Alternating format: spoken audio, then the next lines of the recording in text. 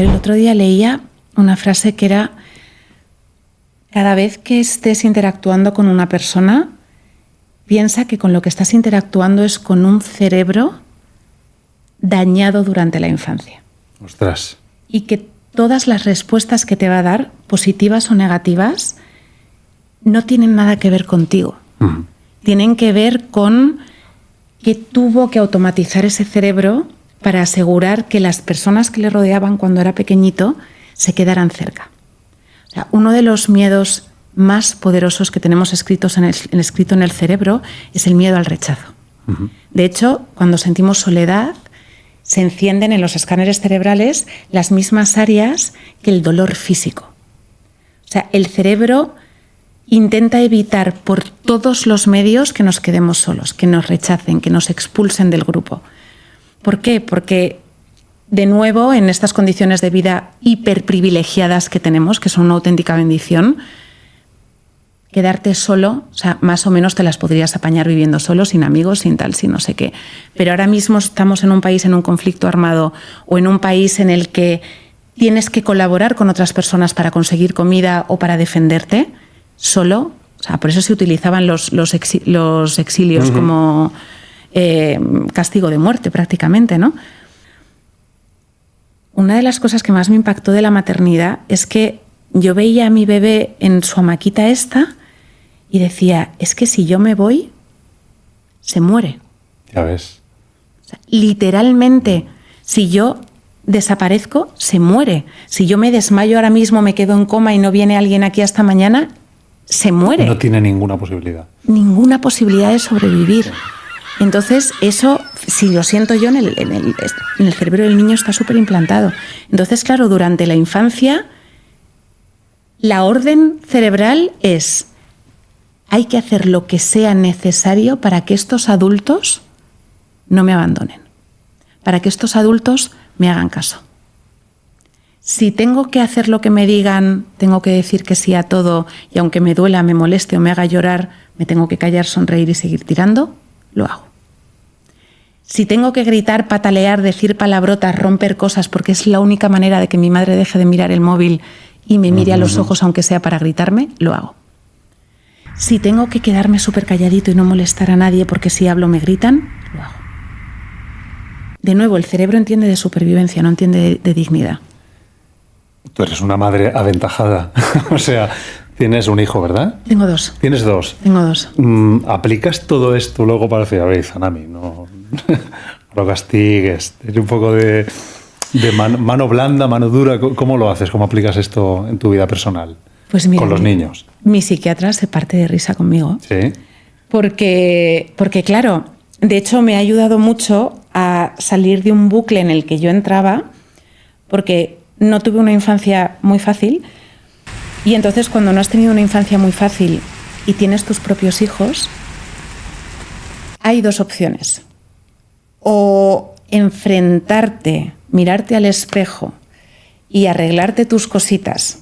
Te da mucha pereza o te da demasiado dolor y no lo puedes soportar y anulas eso y repites lo que te hicieron.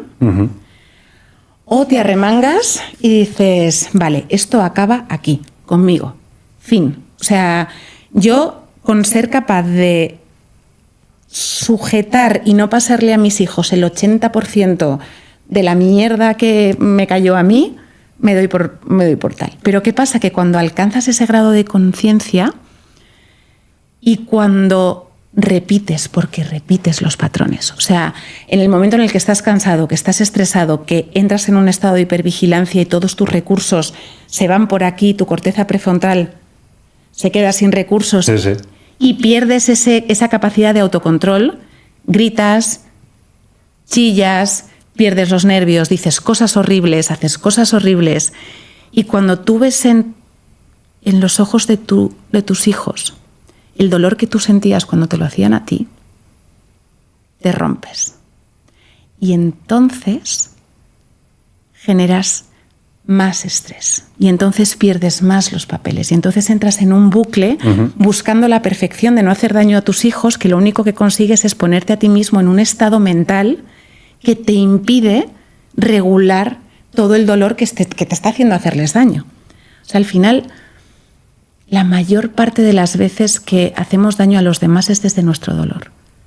Si tú estás bien, tranquilo, fenomenal, con el sistema nervioso regulado, si vas por ahí haciéndole daño a la gente, es porque o tienes una psicopatía o hay algo aquí que no funciona. Pero las personas normales pagamos bien con bien y mal con mal. Fin, pero si a ti alguien no te hace nada, pues tú estás tan tranquilo. ¿Estarías de acuerdo entonces que somos tan capaces de hacer lo más malo que hay, pero también lo más bueno?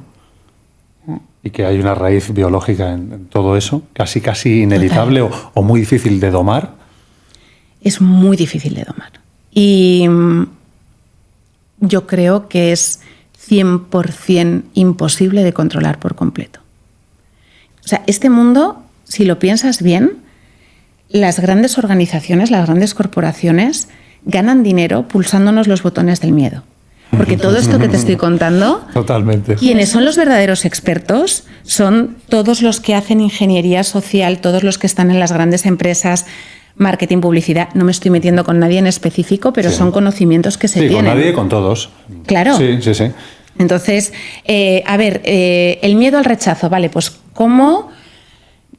Pues esto que dicen de hay que buscar el problema para dar la solución. También puedes crear el problema para generar la solución y luego beneficiarte por ello, ¿no? Entonces, estamos continuamente siendo bombardeados por botones del miedo que nos pulsan para que por mi miedo a no ser suficiente me compre este bolso, para que por mi miedo a no sé qué compre esta otra cosa. Entonces, en este mundo en el que hay personas que priorizan sus beneficios económicos o su poder sobre el bienestar de las personas ajenas, estamos bajo ataque continuo.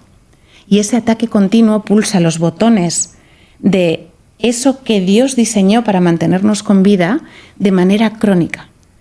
Por tanto, ante ese bombardeo continuo de inputs negativos, es imposible controlarlo al 100%. O sea, pretender no pecar, lo que podemos pretender y a lo que debemos aspirar es a ser conscientes de cuándo lo hacemos, porque además esa es la única manera de empezar a controlarlo. Y voy a poner un ejemplo muy escatológico.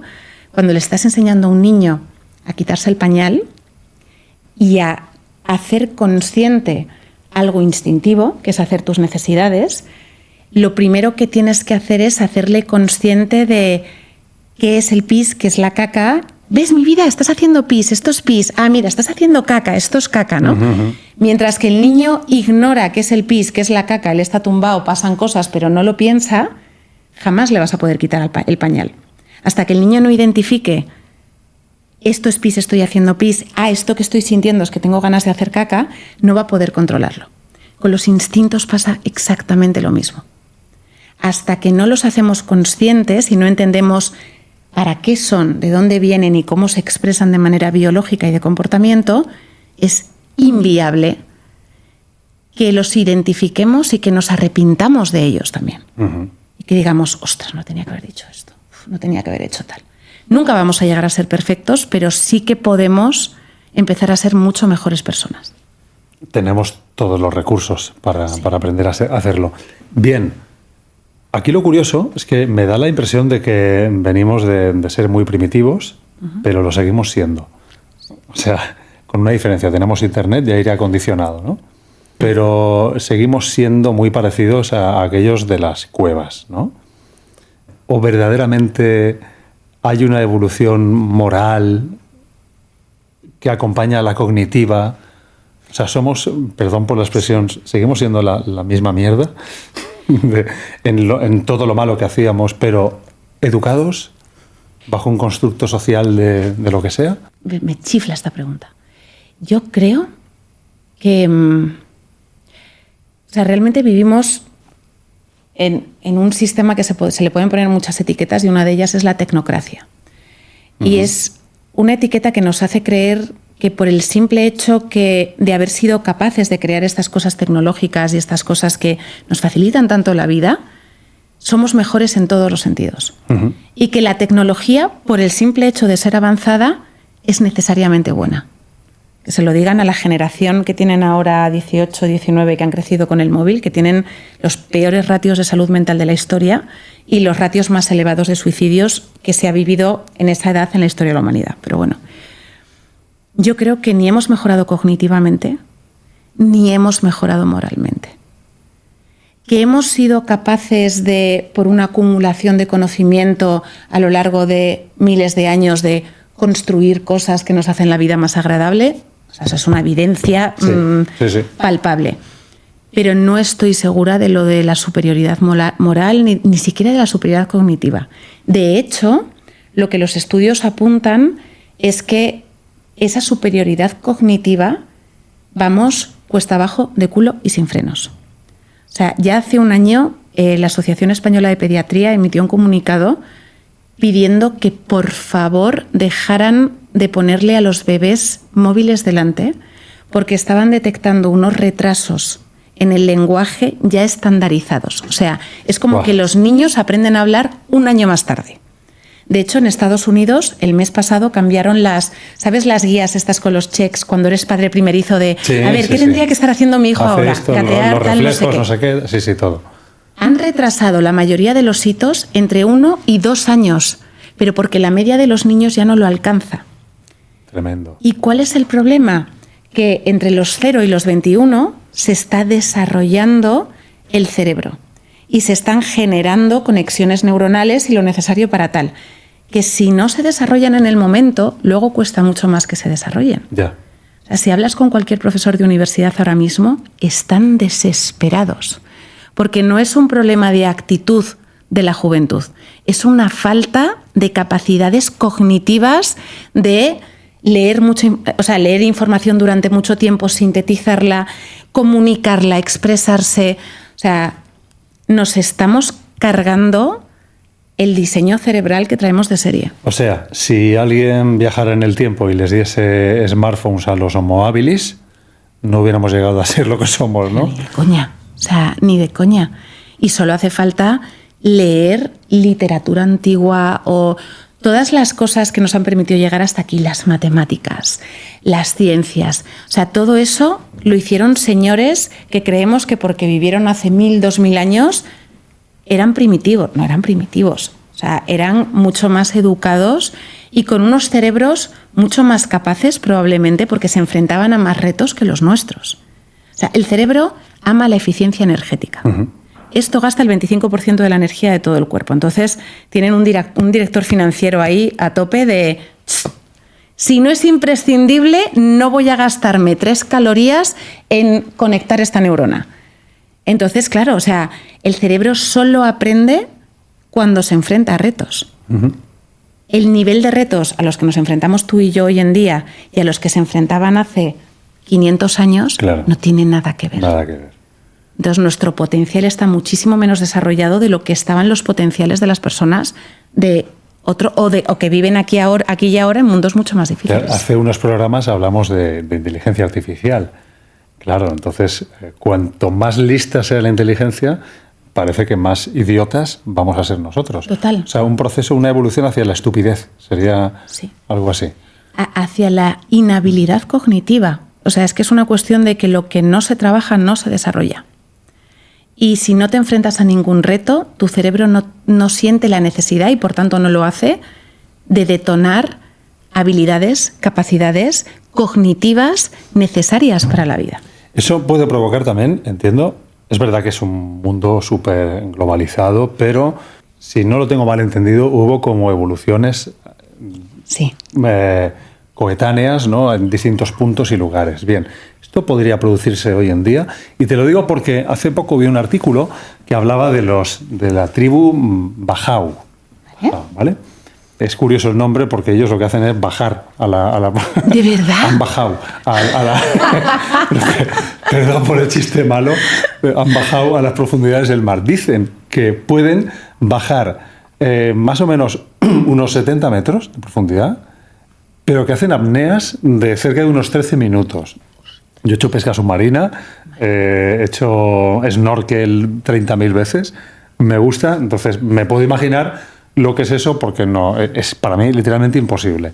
Vale, entonces aquí nos vamos un poco a Darwin, ¿no?, la evolución de las especies.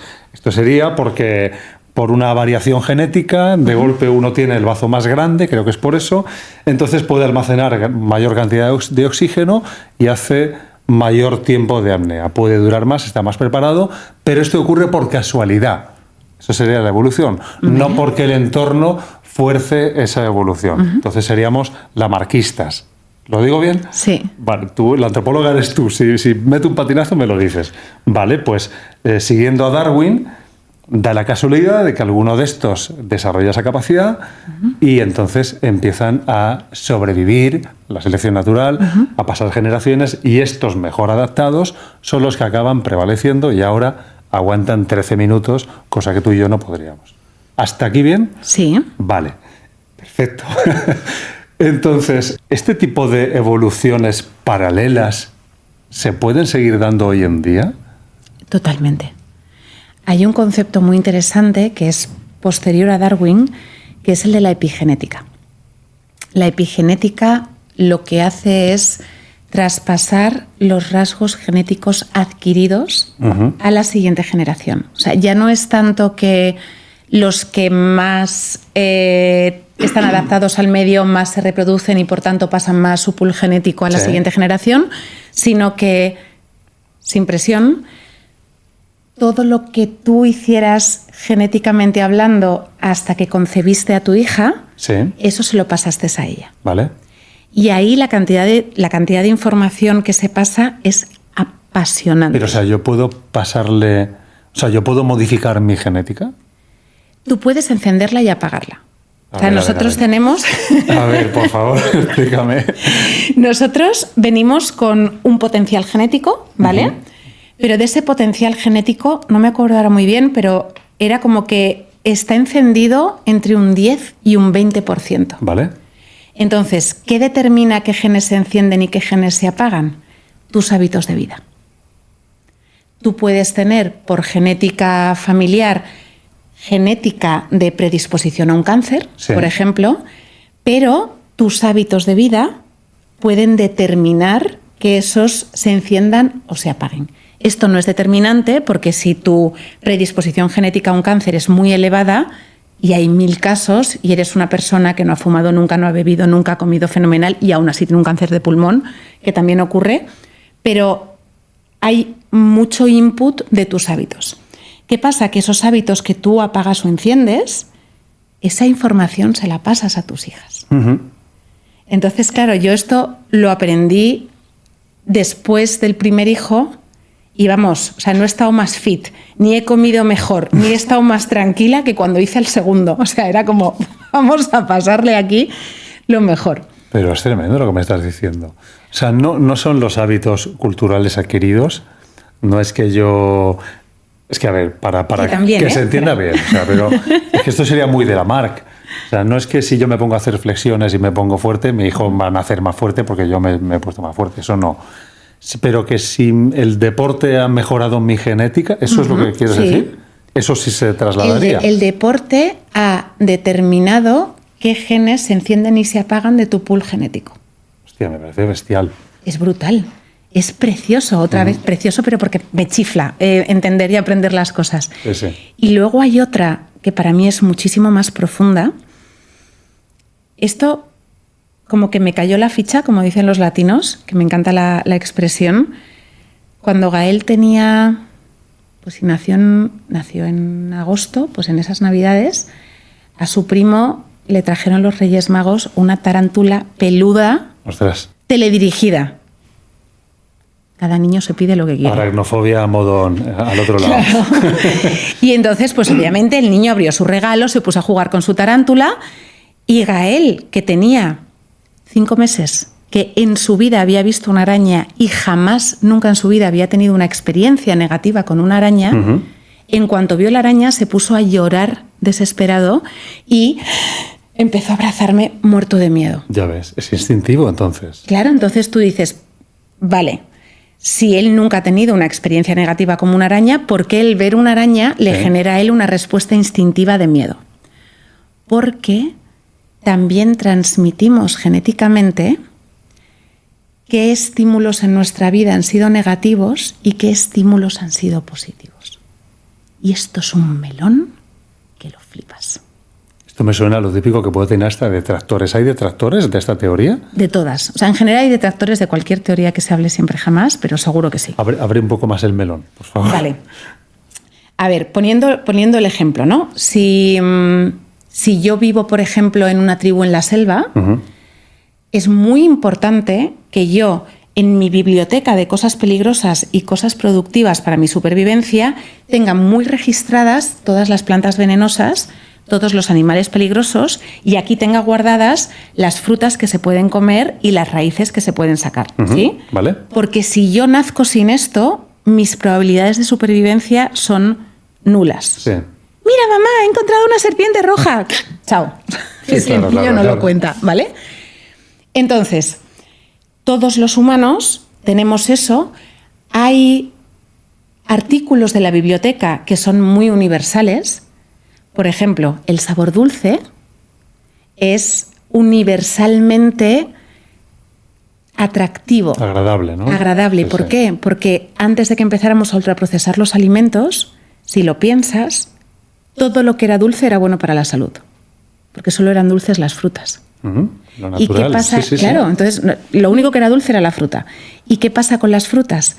Que como no había ni neveras ni nada de esto, cuando tú pasabas por una higuera, tenías 2-3 días en el que las frutas estaban en el punto de consumición óptima. O sea, que te pegabas un atracón. Claro, los atracones de dulce son una respuesta de supervivencia a consume todo lo que puedas de esto que está rico, Sí.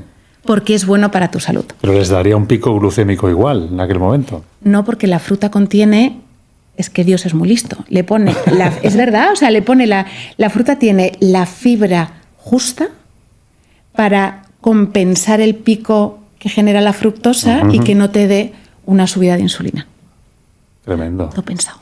Entonces, volviendo a la biblioteca, hay cosas que son universales, pero luego hay cosas que por epigenética, y tiene todo el sentido del mundo, son muy culturales. En una cultura en la que, por ejemplo, nosotros no tenemos esa información de qué plantas son venenosas, igual que no tenemos la información que puede tener un niño esquimal de saber diferenciar qué hielo se puede romper y qué hielo no se puede romper cuando lo pisas. Que un niño esquimal trae eso de serie, tú y yo no. ¿Qué pasa? Que cuando de lo macro nos vamos a lo micro, ¿qué pasa si quizás en tu familia fueron todos militares y se vivió mucha violencia o se vivieron muchas guerras? ¿Qué pasa si en tu familia fue una familia que tuvo mucha abundancia y que no se pasó hambre y que no tuvieron determinados tipos de problemas? No me estoy yendo a temas de constelaciones familiares ni cosas de estas de New Age. Me estoy yendo al punto biológico de que tu cerebro está preparado para sobrevivir entendiendo que estás viviendo en un entorno parecido al que vivieron tus antepasados. Y así me lo sueltas y te quedas tan a gusto. Jo, es que estoy escuchándote y voy procesando cosas. A ver, se está empezando a entremezclar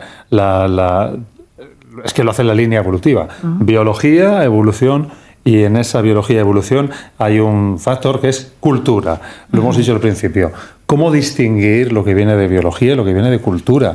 O sea, el esquimal es esquimal porque sus padres lo fueron en muchas generaciones, sus abuelos y tatarabuelos, pero también lo es porque precisamente lo fueron y tienen una cultura que han enseñado. Pero ¿cómo distingues lo que viene de serie y lo que te enseñan? Vale. La biología es el hardware, ¿vale? Es el ordenador que te compras o el móvil que te compras. La cultura es el software. Entonces, me parece una analogía súper chula.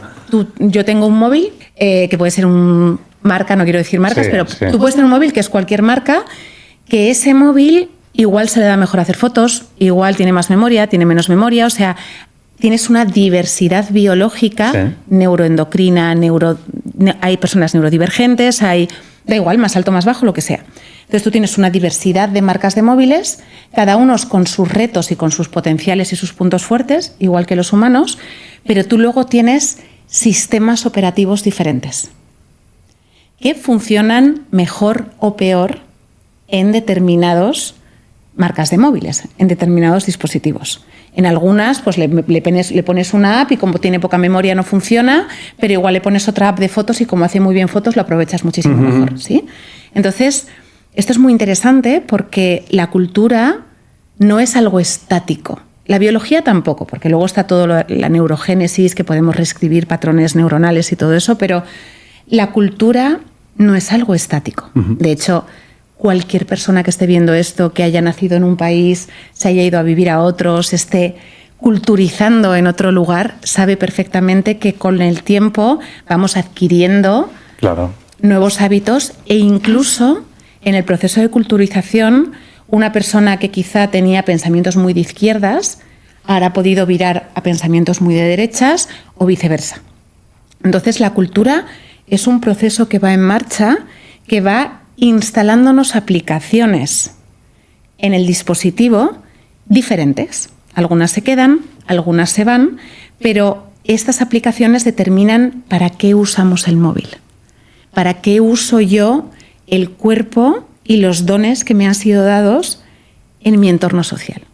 En un entorno social en el que se prima muchísimo, si eres una mujer, la belleza, yo qué sé, que te abras un OnlyFans y que le enseñes el cuerpo al mundo, en esa cultura, puede que mi dispositivo tenga un par de aplicaciones culturales que me quedan ahí de un sentido de moralidad, de ética, de dignidad, de valores, pero puede que la app que me instale la cultura ocupe tanto espacio en la memoria que tenga que desinstalar esas dos y me abra un OnlyFans. ¿Sí? O sea, al final, estas apps van determinando para qué utilizo yo el dispositivo.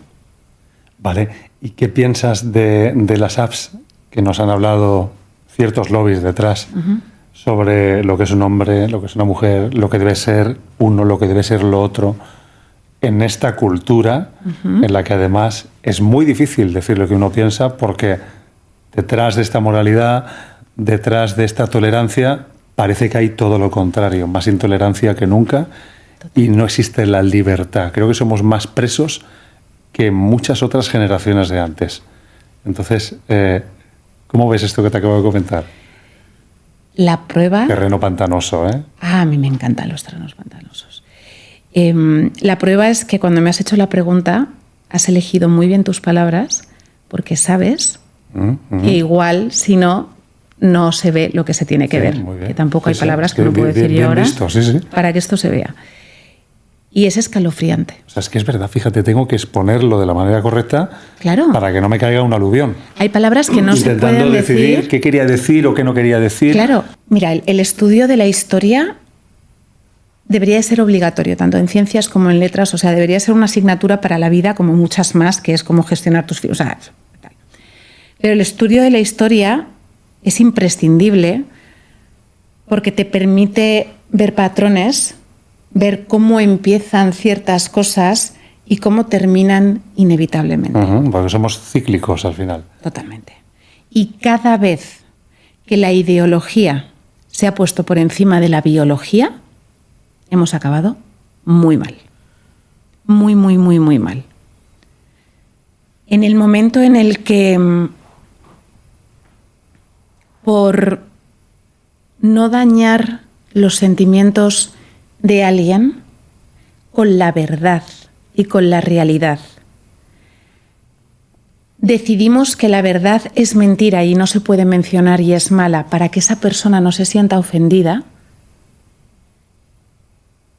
la hemos liado muy parda. Muy, muy, muy, muy parda. Porque entonces la verdad y la mentira se difuminan. El bien y el mal se difuminan. Y entramos en un entorno de grises que lo que más importa es cómo reciba la persona que tienes delante la realidad. O sea, si tú te sientes atacado por tu realidad biológica, el problema no es de la realidad biológica. Y no estoy diciendo, no estoy culpabilizando, ni victimizando, ni nada de eso. Pero si a mí me enfada que este sofá sea azul, porque a mí me gusta el rosa y este sofá es azul y me parece fatal que sea azul, no puedo prohibir la palabra azul y decir que azul es un sentimiento. Porque azul es un color y esto es azul. y fin. La realidad. Es la realidad, es la verdad. Pero cuando difuminamos eso por ideologías y censuramos a las personas que todavía se atreven, y la prueba es que estamos hablando en clave, a las personas que, no porque me dé miedo, porque no me da miedo ninguno, pero porque quiero que esto llegue al mayor número de personas posibles. Sí. Lo estás haciendo muy bien. Claro, es como... A buen entendedor. El que tenga oídos para escuchar, que oiga. Que oiga. Otra mejor todavía, un poquito más cercana. Yo soy morena, ¿vale? De pelo. Y imagínate que me veo más guapa rubia, que me gustaría ser rubia, que me encantaría ser rubia y que me siento mejor siendo rubia. Fenomenal. Me tiño de rubia. Fenomenal. O sea, estoy en la libertad absoluta de teñirme el pelo del color que quiera, mientras que no dañe a nadie, no me dañe a mí misma, está todo bien. Estamos de acuerdo. El problema empieza cuando yo dejo de entender la verdad de que soy una rubia teñida y empiezo a decir que no, que yo soy rubia natural. Y como tú me dices no, Izan, a mí, pero, o sea, eres una rubia teñida. Entonces ya me enfado y digo, no, es que ser rubia es un sentimiento. No necesitas nacer rubia para ser rubia. Y entonces todas las rubias ya no pueden decir que son rubias porque a ti te molesta que existan rubias de nacimiento. Es absurdo. O sea, es absurdo. Y entonces ya en vez de decir rubia, empezamos a hablar de personas con poca melanina en el pelo, para que nadie se ofenda. O sea, y así de absurdo es lo traslades al vertical que lo traslades. Entiendo lo que quieres decir. No se trata de rechazar a la persona, para nada. No. Sino de negar la biología, la evidencia biológica. Exacto, porque al final lo que haces es negar las realidades asociadas a la biología de esas personas que sí tienen esa biología. Porque cada uno tenemos nuestros retos y nuestras potencialidades. En el momento que hay determinados retos asociados a tus condiciones biológicas y viene alguien a decirte que tus condiciones biológicas son un sentimiento, está invalidando un montón de retos por los que todavía se siguen luchando por visibilizar, que su invisibilización anula la necesidad de la lucha. Porque si entonces es un sentimiento, ¿por qué voy a luchar yo por que se haga más investigación científica de cómo afectan los medicamentos a las mujeres, por ejemplo? O sea, hasta hace entre 5 y 10 años no se han empezado a probar en mujeres cómo nos afectan los medicamentos. Todos los test clínicos de todos los medicamentos que hay en el mercado se realizan en hombres varones. Ya ves. Todos. No se prueban en mujeres. Entonces, algo que se está luchando y que se está empezando a conseguir, porque es una cuestión de salud pública, si de pronto ya no existe el concepto porque es un sentimiento, porque voy a dedicar recursos a investigar, por ejemplo, cómo mejorar la menopausia, qué es la perimenopausia, por qué no diagnosticar con, tienes ansiedad, ya está, te mando un antidepresivo y igual tiene un desajuste hormonal brutal por la perimenopausia que no se ha estudiado porque no se ha estudiado todavía sobre el tema. Ya. El libre albedrío es incuestionable y no podemos hacer acepción de personas bajo ningún concepto. Lo que tú hayas elegido hacer con tu vida, a mí no me da derecho ni a opinar sobre ti, ni a juzgarte, ni a, no me acerco a esta persona o me acerco más porque como es famosa, no tengo ningún derecho. Pero sí tengo la responsabilidad de decir la verdad. Y de no callarme por miedo a que alguien se ofenda con la verdad. Si la verdad te ofende... O por lo menos decir tu verdad, ¿sabes? No. Bueno, porque para ti la verdad es algo objetivo, que es intachable, que es irrefutable. ¿Sabes? Yo te entiendo, tú ves la parte científica, biológica, pero no deja de ser tu verdad a ojos de otro. Claro, pero es que en el momento en el que entramos en tu verdad, tu realidad, entramos en una subjetividad cognitiva y moral que es súper peligrosa. Pero hilamos con lo del principio del programa. Todo lo que vivo es primero la realidad objetiva, pero también luego es como yo la siento emocionalmente, ¿no? Total. Pero dentro de eso, esto es madera. Totalmente de acuerdo. ¿Sabes? O sea, igual tú, imagínate... Bueno, pero para algunos será un holograma, también. O sea, fíjate, estamos en ese punto de teorías donde tú y yo estamos en una simulación también, para algunos. También. Pero tú imagínate que tú vienes de una familia de carpinteros o de una familia de ebanistas y que sabes muchísimo sobre maderas. Y entonces para ti esto es una mesa de madera con tal, con no sé qué, o sea, y me sabes describir la madera, los años que tenía el árbol por tal, por no sé qué. Igual yo no tengo ni idea de madera si no estoy segura de si es madera contrachapado, ¿sabes? Pero sigue siendo madera. Cuando nos llevamos esto al terreno moral, los resultados son escalofriantes. Porque que esto sea madera, sea contrachapado, sea plástico, sea un holograma, a efectos prácticos, sociales y culturales, no tiene mucho impacto. Pero ¿qué pasa cuando decimos que, y esto yo no pensaba que estaba tan extendido culturalmente? Se me ocurre subir un reel hablando del bien y el mal. ¿Vale? Se me ocurre a mí. Que el reel, lo único que digo es que había escuchado una metáfora que me había gustado mucho de, oye, cuando una persona elige violar y un juez le condena por la violación, ¿quién tiene la culpa? ¿El violador o el juez por condenarle? ¿No? Que era un poco la respuesta a la gente que dice es que ¿cómo puede un Dios bueno mandar a personas al infierno? Hasta ahí. Ya, bueno. ¿Y qué? Se te lió.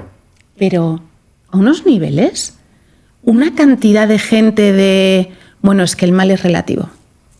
Es que el bien y el mal no existen, bueno, el mal es relativo, tal. Pero ese relativismo moral es como, vale, el mal no existe. Entonces, si el mal no existe, ¿cómo me puedes justificar violar a un bebé? ¿Cómo cojones me puedes justificar violar a un bebé? Es que como tú tienes la necesidad, porque tú tienes el deseo, y entonces como mereces tener la vida que quieres y tú lo que quieres es violar bebés, pues adelante. ¿Quién es la sociedad para decirte que no lo hagas? Claro. ¿Sabes? Claro. Y ese pensamiento es mucho más común. O sea, yo sabía que existía, pero me asustó mucho ver lo común que es. Entonces, el bien objetivo, o sea, hay moralidad absoluta, o sea, hay mal absoluto, bien absoluto y grises. O sea, no te estoy negando los grises, hay muchísimos grises. Yo soy la primera que acabo de decir hace un rato que mataría a un hombre si intentara hacerle algo a mis hijos, sabiendo que matar está mal. Claro. Pero jamás violaría a un bebé. ¿Sabes? Hay decir, grises y hay blancos y negros. Pero de serie parece que venimos sabiendo que eso no está bien. Justo. Y eso es una cosa que fíjate que biológicamente no hay ninguna explicación. Estamos entrando con una suavidad al siguiente tema. Sí. Mira, qué bueno eres. Espiritualidad. Ajá. Claro, ya lo sé ya. Vale. Oye, que es que te entrevisten también da mucho gusto. Es como, vaya. Es muy pues muchas gracias. No existe ningún lugar en el cerebro, no hay ningún lugar físico ni químico, hormonal o del sistema nervioso que explique esa sensación innata, ese conocimiento innato que tenemos del bien y del mal. Se han hecho muchísimos estudios con bebés, con niños pequeñitos, típico, ¿no? Meten a un adulto y un niño en una sala con los cristales estos de interrogatorio y entonces el adulto de pronto entra con un montón de bultos y se le cae algo y el niño, su primera reacción es recogerlo del suelo y dárselo. Con niños más mayores hacen experimentos tipo a uno le dan un sándwich enorme con tal con no sé qué y al otro le dan 2 uvas. Y en cuanto el investigador se da la vuelta, se reparten la comida, ¿no? Estos actos de bondad innata y de repulsa innata que sentimos cuando vemos algo cruel o algo muy doloroso, espiritualmente se explican con la gracia común que nos da Dios. La gracia común... Bueno, tú estás toda la entrevista haciendo referencia a él. Sí. Te escucho, entonces también habrá que entrar en chicha y saber el porqué de esto. Pero es una explicación muy bonita también porque lo que te dice es que Dios pone en cada uno de nosotros lo que se llama la gracia común, que es ese sentido innato del bien y del mal. Ese sentido innato que nos permite aborrecer, rechazar y prevenir que se le haga daño a otras personas y que nos impulsa a ayudar a las personas que nos rodean y a intentar evitar el mal y el dolor en otras personas. Y esa es esa gracia común. Ahora, volviendo a la ingeniería social, esta gracia común, siendo espiritual, se solidifica en un desarrollo de, sobre todo, el sistema límbico del cerebro y de la corteza prefrontal, de cosas como la empatía, la tolerancia a la violencia, y que, bueno, tuvisteis aquí a Marina Marroquí, o sea, mejor que ella no lo voy a explicar, pero que precisamente en las edades en las que se solidifica el desarrollo de la empatía y el desarrollo de la colaboración, si tú expones a los niños durante esos años a violencia extrema, ya sea a través de memes, de vídeos, de videojuegos, de lo que sea, de nuevo volvemos al termostato, su termostato se desregula e interpretan como violencia no aceptable algo muy fuera de lo común. Porque generas tolerancia a lo que está por debajo. Exacto. Entonces tienes una generación que es mucho más tolerante a la crueldad, a ver el sufrimiento ajeno de otras personas y que pierde el detonante biológico para evitarlo. Es escalofriante. Es que estoy pensando que quizás también las personas somos cada cual más distinta de la otra y es parte de la gracia de lo que somos. Pero estoy intentando viajar al pasado para entender, por ejemplo, cómo podríamos intentar dibujar una escena, ¿no? Hay una película que es En busca del fuego, no sé si la conoces, es no antigua, está bien, donde hay un momento que, pues instintivamente, son neandertales y hay un momento de reproducción humana, ¿vale? No le pide ningún tipo de permiso. Ya está bebiendo en el río y el otro va y la coge y la agrede de una manera violenta.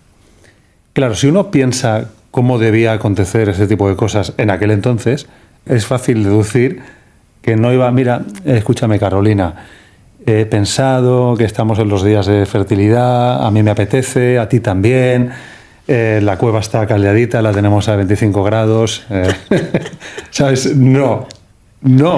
Pero eso ni ahora tampoco, ¿eh? Bueno, pues ya. Entonces, yo me imagino a don Neandertal yendo a cuchillo, a saco, ¿no?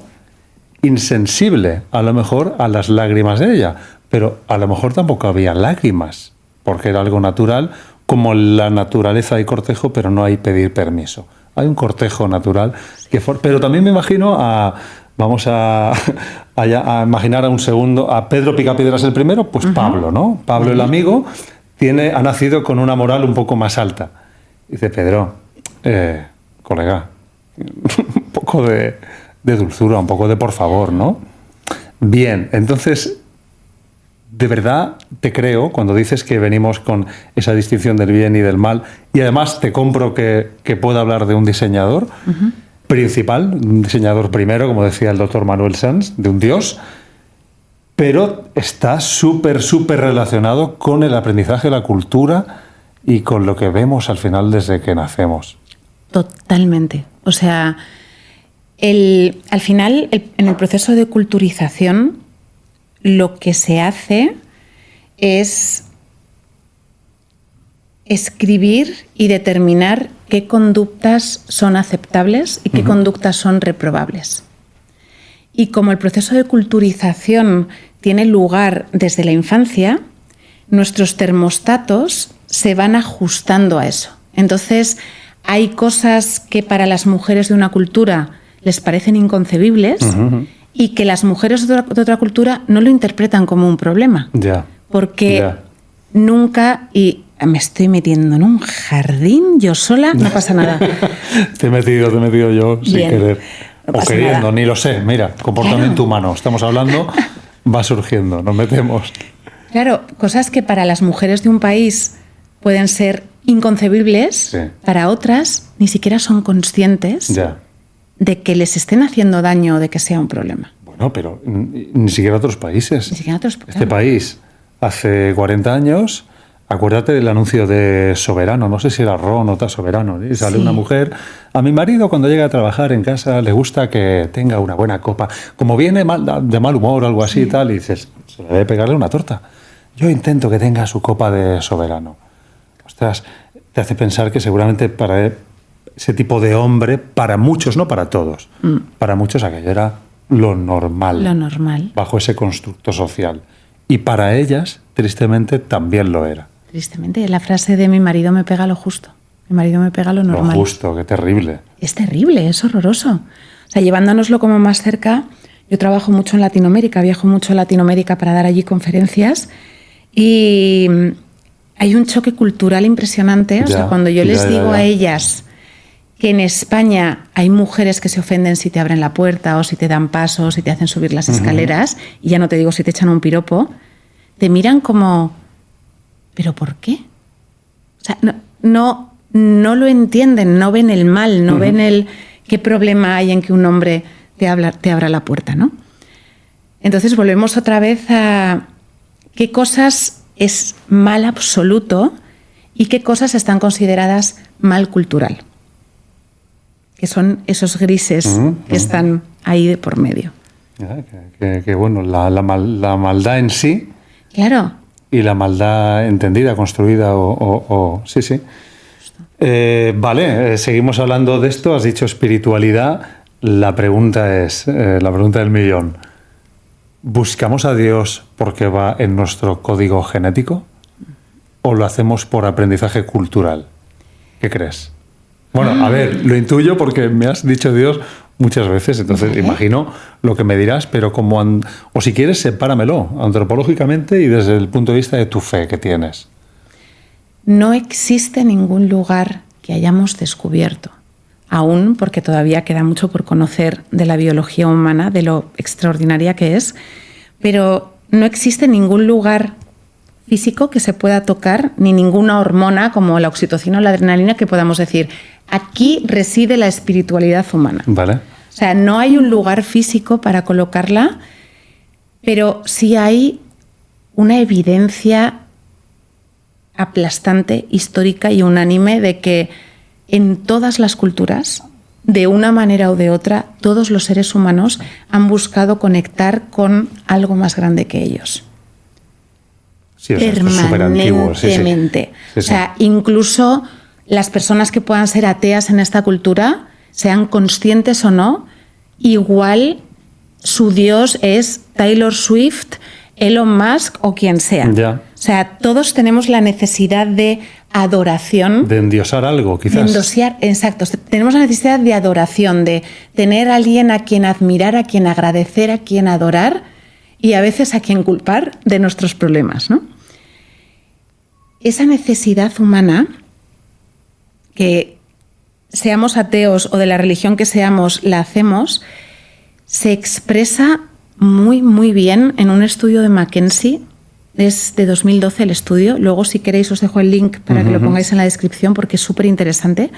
En este estudio de McKinsey lo que hacían era, en 20-30 países de todo el mundo, analizaban a personas de todas las cohortes de edades, o sea, la muestra estadística es brutal, y les comparaban salud espiritual con salud mental y con salud física. Yo, a priori, siendo creyente, lo primero que pensé, dije, vale, va a haber una correlación directa entre la salud física y la salud mental. La correlación directa, pero que es una cosa brutal, es entre la salud espiritual y la salud mental. ¿Ah, sí? Es espectacular.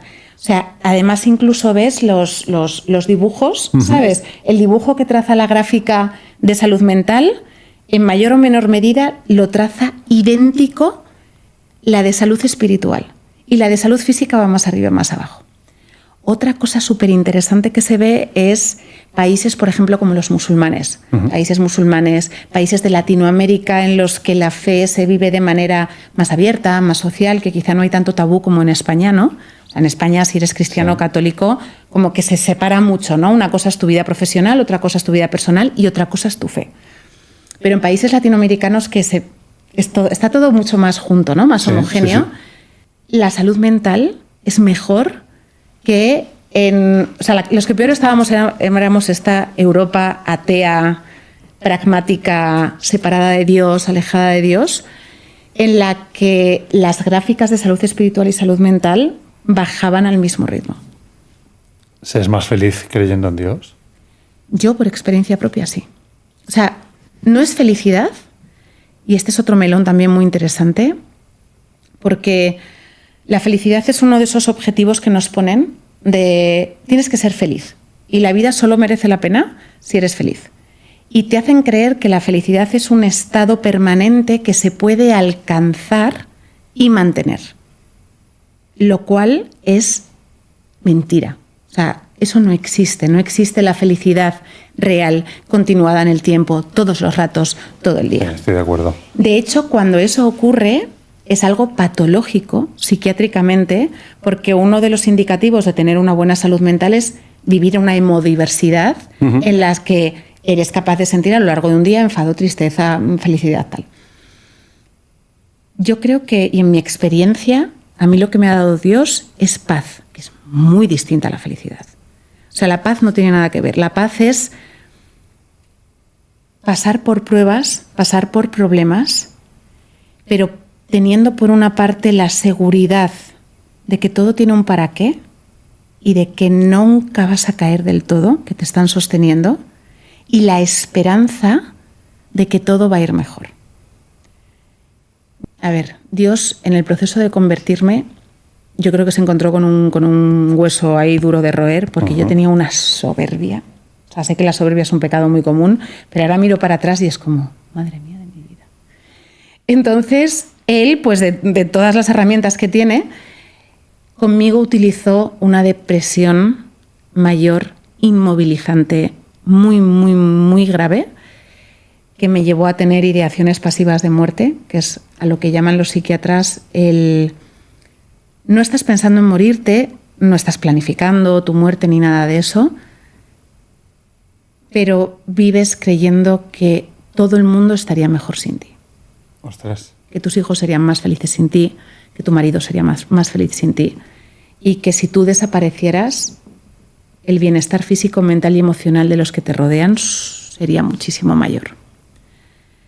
O sea que ese instinto de supervivencia empieza a minarse, claro, y a salir un deseo de autólisis, ¿no? Claro, en el punto, fíjate que hablábamos que las 3 funciones del cerebro son mantenerte con vida a ti mismo, perpetuar la especie y mejorar la vida de los demás. ¿Ya? La depresión, que está relacionada con ese modo dorsal vagal del sistema nervioso, que es la inmovilización. Si mi cerebro ha determinado que ni sometiéndome, ni luchando, ni huyendo puedo sobrevivir, me inmoviliza. Mi cerebro ya ha tirado la toalla en la posibilidad de sobrevivir. Entonces baja esa pestaña y la siguiente que le queda es la de la continuidad de la especie.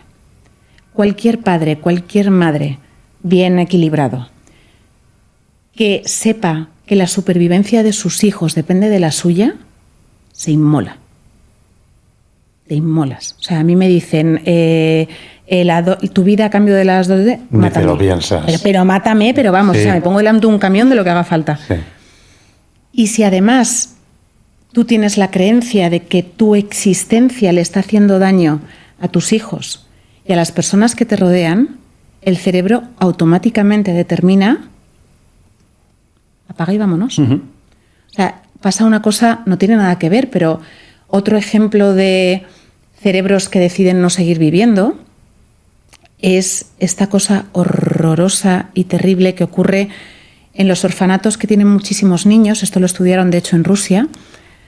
Los bebés que solo recibían contacto para cambiarles el pañal, nada más, morían. Se dejaban morir. Se dejaban morir, pero era una decisión totalmente racional. El cerebro determinaba, vale, he nacido, no hay adultos a mi alrededor que estén atentos a mí, que estén pendientes a mí, no tiene sentido seguir invirtiendo energía en crecer, porque antes o después voy a morir. Ostras. Claro, es terrible. Entonces, volviendo a mi historia, yo llegué a estar en ese punto en julio del año pasado. Se hace muy poquito. Muy poquito. En agosto... ¿Pero ya creías? Yo en ese punto creía, pero todavía creía que cosas como el futuro de mis hijos estaban mejor en mis manos que en las de Dios. Entonces yo cuando oraba, yo hacía el ejercicio de, Señor, pongo mi carrera. Al principio era como pongo mi carrera profesional en tus manos. Y como ya es mucho.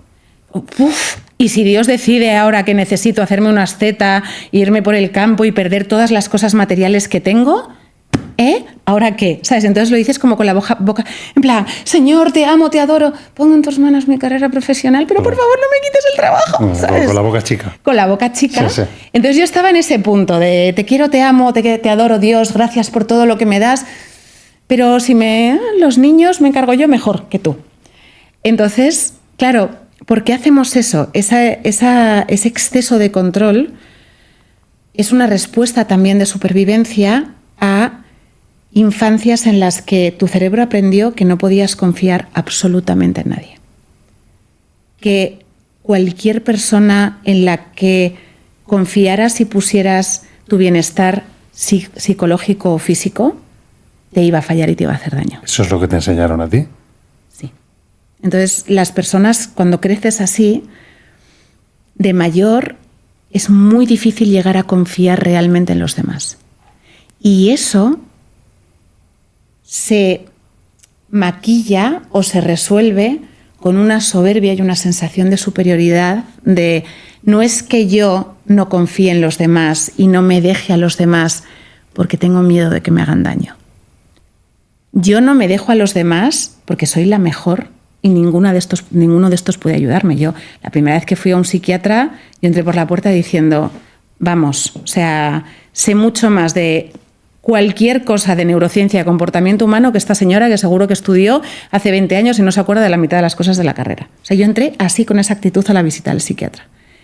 Pero esa soberbia venía de que me daba terror poner mi salud en manos de esa persona y que me fallara. Porque no podía soportar que nadie me fallara nunca más. Entonces, por eso no podía poner mi vida en manos de Dios. Porque estaba aterrorizada de que Dios también me fallara. O sea, para ti era un alguien más, como los demás. Claro. O sea, todavía, porque tampoco yo había